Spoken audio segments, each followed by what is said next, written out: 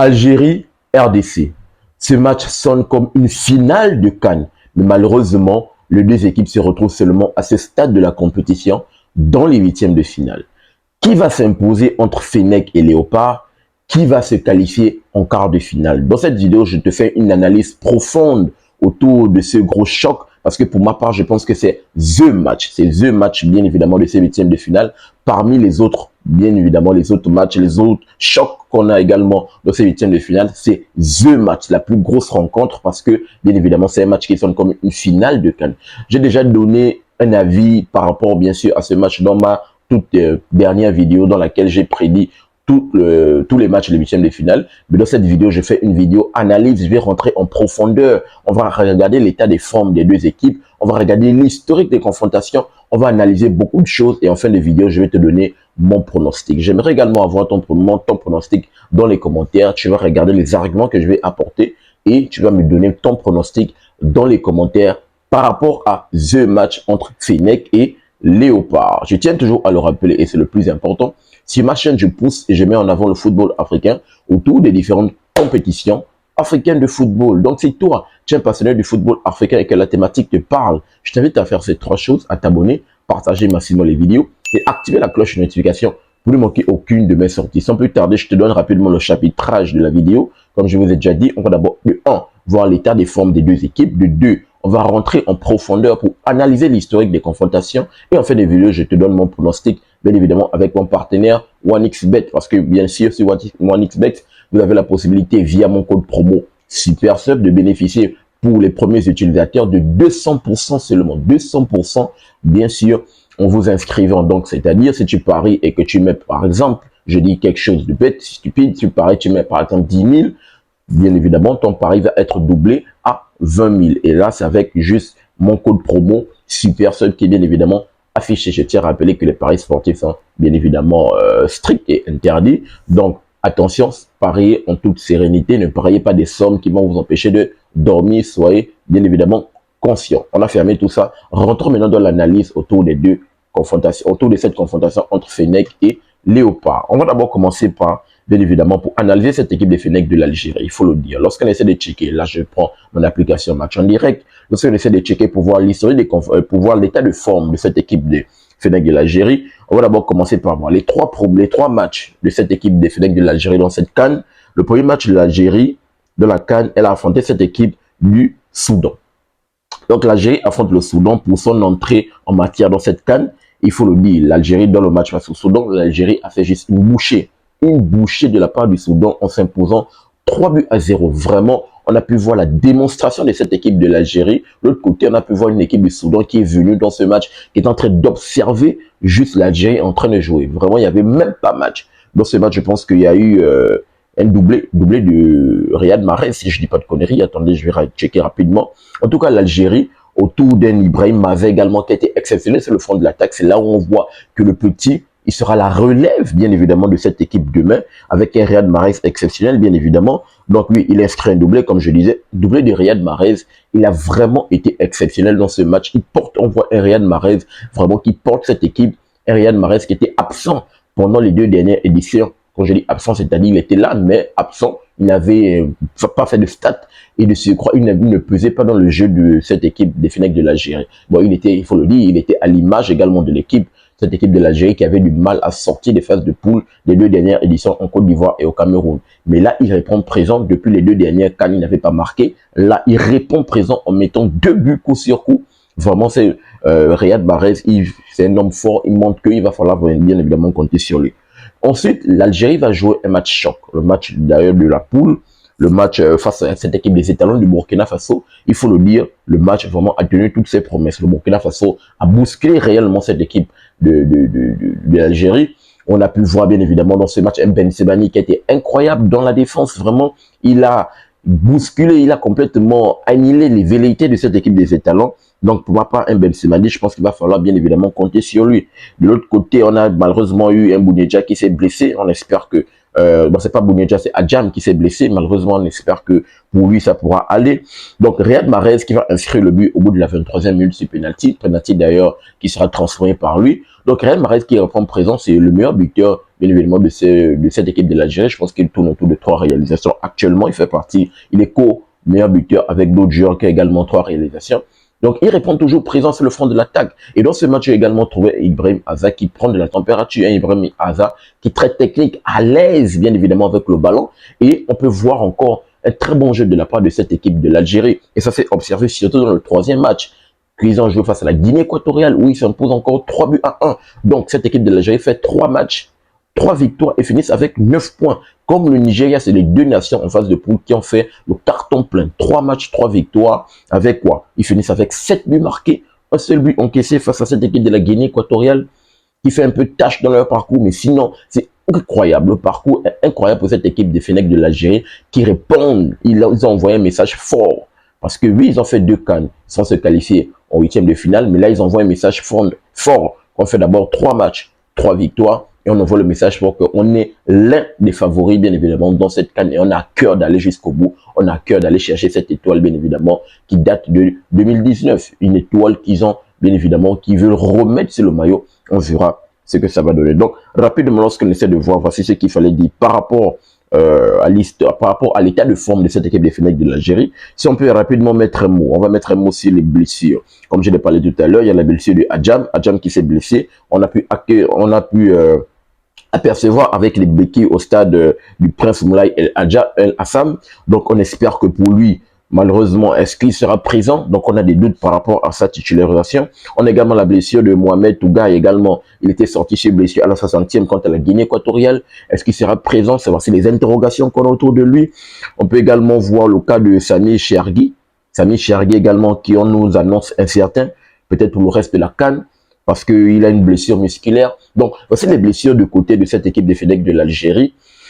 Donc, autour de cela, ce sont des interrogations, des points d'interrogation, à savoir si Petkovic, il va compter sur ses joueurs, ou du moins s'il va prendre les joueurs qui sont présents du côté de cette équipe des Fennecs de l'Algérie, parce qu'il faut quand même le dire, malgré ça, l'Algérie quand même a un gros vivier de joueurs qui sont là, qui peuvent répondre présents dans tous les compartiments du jeu. Donc, rapidement, voici ce qu'il fallait dire par rapport à l'état de forme de cette équipe des Fennecs de l'Algérie. Alors maintenant, analyser l'état de forme de cette équipe des Léopards de la République démocratique du Congo. Donc, comme on a pu faire pour l'Algérie, on va voir toujours les 3 matchs de cette équipe des Léopards dans cette CAN. La RDC rentre dans la compétition en affrontant cette équipe des Guépards du Bénin. Il faut le dire, un match solide où cette équipe des Léopards finit par s'imposer 1-0 sur un but de la tête. Je pense que c'est pas Chancel Bemba qui a mis le but de la tête. En tout cas, c'était un but de la tête marqué. Je pense que c'était sur un corner que cette équipe des Léopards s'impose. Non, c'est Théo Bonganda qui, à la suite d'une très belle action, des très bons enchaînements, c'est lui qui va ouvrir le score pour cette équipe des Léopards. Donc, il s'impose 1-0, mais le match, malheureusement, on va dire la victoire de cette équipe du Bénin a souffert malheureusement d'une polémique parce que de l'autre côté, il y a eu absence de la VAR. Voilà. Je pense à Chancel Bemba parce que c'est lui qui fait la faute de main dans la surface de réparation. Et il y a eu malheureusement à ce moment l'absence de la VAR parce que logiquement, on devrait siffler un pénalty de la part de cette équipe du Bénin. Mais l'arbitre central, je pense qu'il était sud-africain, de mémoire, vous me direz, vous me corrigez dans les commentaires si je me trompe, l'arbitre du match, malheureusement, en appelant la VAR parce qu'il n'était pas sûr de prendre la décision par rapport à la main, en voulant consulter la VAR pour avoir un peu plus de clairvoyance, il se rend compte que dans l'oreillette, on fait signe qu'il n'y a pas de VAR. Ah bon? Comment ça? Donc lui-même, il essaie de se rendre pour essayer de parler au 4e arbitre. On peut voir quand même des gestes quand même compliqués. Apparemment, il n'y avait pas de VAR. Il n'y a pas de VAR qui existait pendant cet instant, bien évidemment, du match, ou du moins pendant quasiment tout le match. Il y a eu absence de la VAR. Ce qui a bien évidemment fait polémique par rapport à la victoire, un peu, ce qui a fait une tâche plutôt par rapport, déjà la polémique, oui, par rapport au manque de VAR, mais également une tâche un peu par rapport à cette victoire de Léopard de la RDC. Mais tout compte fait, quand même, la RDC finit par s'imposer 1-0 et le match est plié, tendu. Le deuxième match de cette équipe de la RDC, c'était bien évidemment le choc de ce groupe face à cette équipe des Lions de la Teranga du Sénégal, avec qui ils se connaissent très bien, ils se sont joués bien pendant des éliminatoires de la Coupe du Monde. Et puis, malheureusement, il y a eu ce petit vent noir-là du côté du Stade des Martyrs, où cette équipe du Sénégal est venue climatiser cette équipe de la RDC au Stade des Martyrs, 3-2, dans une rencontre palpitante. Mais là, c'était un match bien évidemment en haut en jeu. Il fallait bien évidemment savoir qui allait prendre le lead dans ce groupe. Et les Léopards ne sont pas laissés faire. On a pu voir une équipe des Léopards offensivement qui montrait de belles choses. Une équipe des Léopards qui a pu faire mal à cette équipe du Sénégal. D'ailleurs, je pense que ce sont eux qui ouvrent le score. Le Sénégal va répondre. Le match va finir sur un score de parité, un but partout. Un score d'ailleurs qui a arrangé les deux vu que, bien évidemment, il fallait jouer la dernière journée pour savoir qui allait s'imposer. Et forcément, le goal average allait jouer un rôle prépondérant.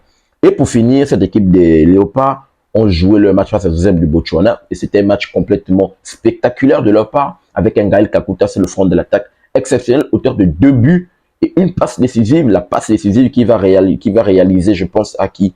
Il va réaliser la passe à, c'est pas Maswaku ou à Théo Bongonda. En tout cas, il va faire une passe talonnade là incroyable, un enchaînement incroyable que va nous réaliser Gaël Kakuta dans le jeu, dans le bon tempo, avec une 2 qu'il a pu réaliser.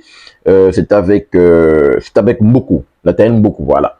Il va réaliser une 2, Nathalie Mboko qui sera à la conclusion. Et avec un Gaël Kakuta qui va inscrire un doublé, un but sur un penalty. Donc, un Gaël Kakuta qui est en feu, une attaque d'ailleurs du côté des Léopards qui est en feu. Donc, on aura 2 oppositions de style entre ces 2 équipes. Si on essaie de checker au niveau des blessures du côté du Congo, on peut juste mettre en avant la blessure de Masako.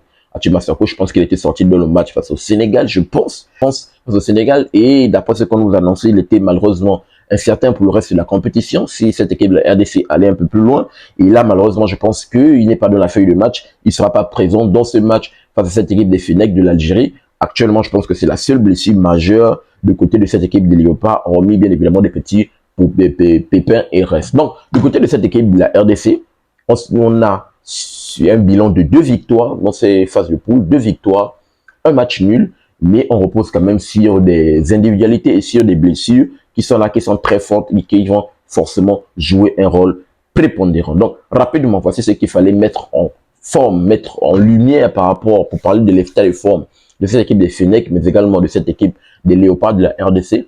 Analysons maintenant le deuxième point pour voir bien sûr l'historique des confrontations entre les deux. Et toujours, c'est toujours avec mon application Match en direct. Lorsque j'essaie de checker, Match en direct ne donne que 3 infos par rapport à l'historique des confrontations. Et dans ces 3 infos, 3 matchs par rapport à l'historique des confrontations. Dans ces 3 matchs, il faut le dire, il n'y a qu'un match officiel. Un match où les 2 équipes sont affrontées, c'était en 2000. C'était le 24 janvier 2000, pendant la CAN, bien évidemment, qui s'est déroulée en 2000. Et les 2 équipes s'étaient neutralisées, c'est un score nul et vierge. Les 2 équipes s'étaient retrouvées dans la même poule, dans le groupe B. Et les 2 équipes s'étaient neutralisées, c'est un score nul et vierge, les 0 buts partout. Sinon, à part ça, en 2008, le 26 mars 2008 et le 10 octobre 2019, les 2 équipes sont affrontées, mais c'était en match amical. En match amical, et les 2 équipes se sont neutralisées sur un même score de 1 but partout. Donc, jusqu'à présent, en 3 matchs que les 2 équipes se sont affrontées, il n'y a eu aucune victoire, bien évidemment, de l'une d'entre elles. Donc, déjà qu'ils ne se sont pas affrontés à plusieurs reprises, et de surcroît, quand ils s'affrontent, aucune des 2 n'a encore pris l'avantage. Là, c'est les informations de match en direct. Si vous avez des informations supplémentaires autour de cela, un peu plus approfondies, je serais ravi de vous lire dans les commentaires, mais de ce que je vois, de 1, ils ne sont pas affrontés à plusieurs reprises, de 2, aucune de 2 n'arrive n'a pris l'avantage sur l'autre. Ils sont toujours, le match se sont toujours soldés sur des matchs nuls et vierges. Bon, nuls et vierges, c'est parce que c'était la CAN, mais sinon, se sont toujours soldés sur des matchs nuls. Donc, là, on va assister à un match un peu plus compliqué. Là, forcément, dans ce match, oui, on peut toujours avoir un score nul, mais forcément, à l'issue du match, puisqu'on est dans une nouvelle compétition, on est une phase à élimination directe. Donc, à l'issue de la rencontre, on doit forcément avoir, bien évidemment, un vainqueur et un vaincu. Forcément, les tirs au but vont nous donner vont nous donner la conclusion. Là, on verra ça dans mon pronostic tout à l'heure. Ou du moins, si l'un des 2 prend l'avantage pendant le temps réglementaire, voire prolongation, au bout de 30 minutes de prolongation, on verra bien évidemment qui prendra l'avantage. Donc, rapidement, voici ce qu'il fallait mettre en lumière pour parler de l'histoire des confrontations entre les 2. Allons maintenant dans mon dernier point pour voir mon pronostic par rapport à ces 2 rencontres de tout ce qu'on vient de dire. Donc, En parlant de pronostic, d'abord, je veux mettre en premier lieu en lumière, bien évidemment, pour tous les parieurs OneXBet, ça concerne seulement tous les parieurs OneXBet. Vous avez la possibilité, bien sûr, de parier pour tous les nouveaux utilisateurs, de parier avec mon code promo SUPERSUB, de parier et de bénéficier de 200% dès votre première recharge. Comme je dis, quelque chose de tout bête, si vous mettez 10 000, vous allez recevoir 20 000. Et ça va être mon code promo SUPERSUB. Parier en toute sérénité. Bien évidemment, les paris sportifs donnent beaucoup de tournées. Donc, et soyez bien évidemment conscients et ne pariez pas des sommes qui vont vous empêcher de dormir. J'ai dit cela. Maintenant, parlons maintenant de l'historique, bien évidemment. Parlons maintenant de mon pronostic par rapport à ces deux. Sincèrement, lorsqu'on essaie de checker, l'Algérie est favori. Donc, lorsqu'on essaie de checker sur l'application OneXBet, on peut voir que actuellement les cotes vont en la faveur de cette équipe de finale de l'Algérie. L'Algérie est favori par rapport à ce match. L'Algérie a une cote de 2,12 pour la qualifier, pour la victoire. Alors que de l'autre côté, cette équipe de Léopard a une cote de 4,25 pour la victoire. Donc, qui va s'imposer entre les deux? Ça, c'est pour vous, si vous avez la possibilité de parier. Hein, la victoire de cette équipe de l'Algérie, c'est une cote, ils sont cotés à 2. Mais je ne partirai pas sur la victoire de l'un d'entre eux. On a pu tout ça là dans l'historique. Vraiment, ça va être compliqué pour savoir s'il y a deux équipes. Pour ma part, si je dégage un pronostic par rapport à cela, oui, je pense que cette équipe de l'Algérie est favori, bien évidemment, de par le jeu qu'elle propose, de par la qualité des joueurs. Ils ont une belle qualité technique, ils ont un très bon jeu. Il faut le dire, cette équipe de l'Algérie réalise jusqu'à présent le plus beau football de cette CAN. Déjà que on peut voir que dans leur jeu, c'est l'équipe brésilienne. Qu'est-ce qu'il disait? L'Algérie se plaignait toujours des différentes conditions par rapport aux pelouses et bien évidemment au climat. Lorsqu'ils partaient jouer dans les pays subsahariens et tout le reste, là, ils sont bien sûr du côté du nord, là ils sont du côté du Maroc où les infrastructures, il faut le dire, les pelouses sont bien évidemment flambant neufs. Donc là, l'Algérie nous réalise un football incroyable. L'Algérie vraiment, et ils sont très talentueux. Autour d'Ibrahim Maza, comme je le rappelle, toujours très technique, un Bounedjah sur lequel il va falloir compter, un Riyad Mahrez qui apporte son expérience et bien évidemment qui répond présent dans cette CAN. Il va falloir compter sur ses individualités sur le front de l'attaque et bien évidemment sur sa défense autour d'un Ben Sebani que je trouve très fort, très solide défensivement, qui est l'un des piliers, si ce n'est le pilier de la défense centrale. Donc, je pense que autour également de d'autres joueurs comme Amoura, donc cette équipe de Fenech de l'Algérie repose sur cette individualité, ce qui en fait bien évidemment le favori de cette rencontre. De l'autre côté, on a également une équipe des Léopards qui repose également sur son jeu en verticalité, sur son jeu qui est basé sur la profondeur et sur ses individualités sur le front de l'attaque, autour d'un Nathan Mboko, comme je l'ai rappelé, autour d'un Gal Kakuta, mais je pense pas qu'il sera titulaire. Je pense que ils vont miser sur Cédric Bakambu au niveau de l'attaque, avec Arthur Maswako également qui va forcément répondre présent, et Elia Meshak, non, Arthur Maswako, qu'est-ce que j'ai dit, Elia Meshak plutôt, qui sera également là, un Théo Bonganda forcément qui va revenir dans le 11 de départ, un Modo Sami, Cédric Chancel Bemba au niveau de la défense. Donc vraiment, on a deux équipes. Une équipe de Léopard également qui est solide défensivement, il faut quand même le dire. Défensivement également, c'est du lourd, c'est du solide. Alors que de l'autre côté également de l'Algérie, c'est du lourd, c'est un but encaissé de la part des deux équipes.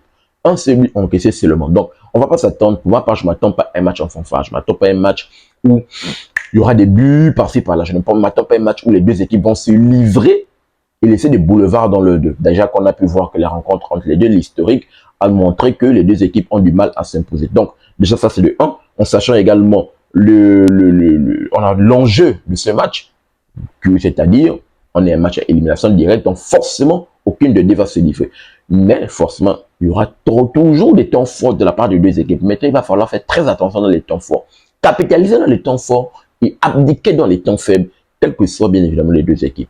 Mais comme je l'ai rappelé dans ma précédente vidéo, où j'ai prédit quasiment tous les matchs des 8e de finale, qu'est-ce que je disais? La RDC, pendant la dernière CAN, est arrivée dans le dernier carré. À ce niveau de la compétition, au 8e de finale de la CAN du côté de la Côte d'Ivoire, elle a rencontré cette équipe des pharaons égyptiens. Qu'est-ce qu'elle a fait? Elle s'est imposée dans la séance de tir au but. J'ai peur. Qu'est-ce que j'ai dit? J'ai dit que j'ai peur pour cette équipe de l'Algérie qu'elle se retrouve dans la même situation. Logiquement, dans ce match, je vois un match nul, soit 0-0, soit 1-1.